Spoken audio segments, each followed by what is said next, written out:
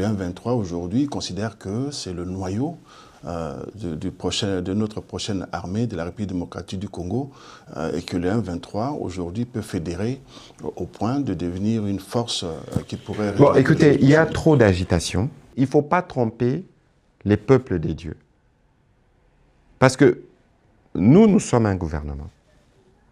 On ne va jamais se mettre dans un jeu de ping-pong avec ceux qui sont appelés à disparaître dans la forme actuelle. Qu'on ne vous trompe pas. Il faut pas... Willy, j'en arrive. Oui. Il ne faut pas vous faire des illusions sur la finalité des discussions en cours. Ils vont sûrement trouver autre chose, mais sur la forme actuelle, ils n'existeront plus. C'est ça la vraie vérité, qu'ils ne veulent pas admettre.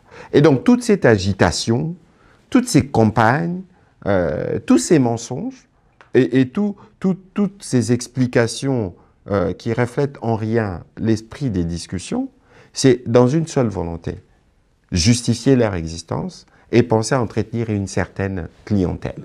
De toute façon, je reviens. Oui. Parce que n'oubliez pas que l'accord de Washington, qui est l'accord mère avec le père, le Rwanda, fixe le cadre. On dit, au chapitre de l'intégration, spécifiquement, on parle de l'intégration au cas par cas.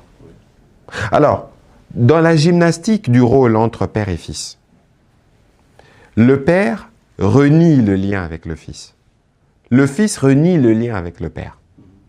Mais nous tous, nous savons, les négociateurs savent, les facilitateurs savent que les fils n'auraient jamais existé sans le père.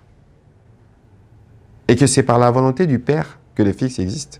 Alors, le fils dont on parle, il a aussi des frères, mais c'est une autre histoire. S'il faut parler des Red Tabara, des Twirwaneho, c'est 3 enfants d'un même père, alors des enfants qui sont doués dans la criminalité. Ça, c'est une autre histoire, on ne va pas y revenir.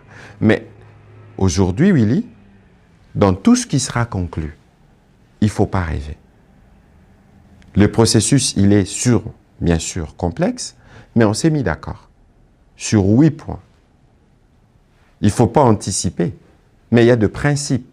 Parce que lorsque vous regardez les dispositifs de l'accord cadre de Doha, on fait référence à Washington, on fait référence à la Constitution.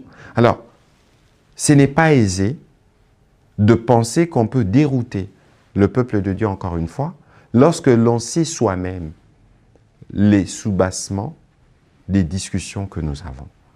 Et nous, comme gouvernement, n'oubliez pas que la première urgence pour nous, elle est humanitaire. Parce que nous avons en face de nous des gens qui donnent la mort parce qu'on a dit non.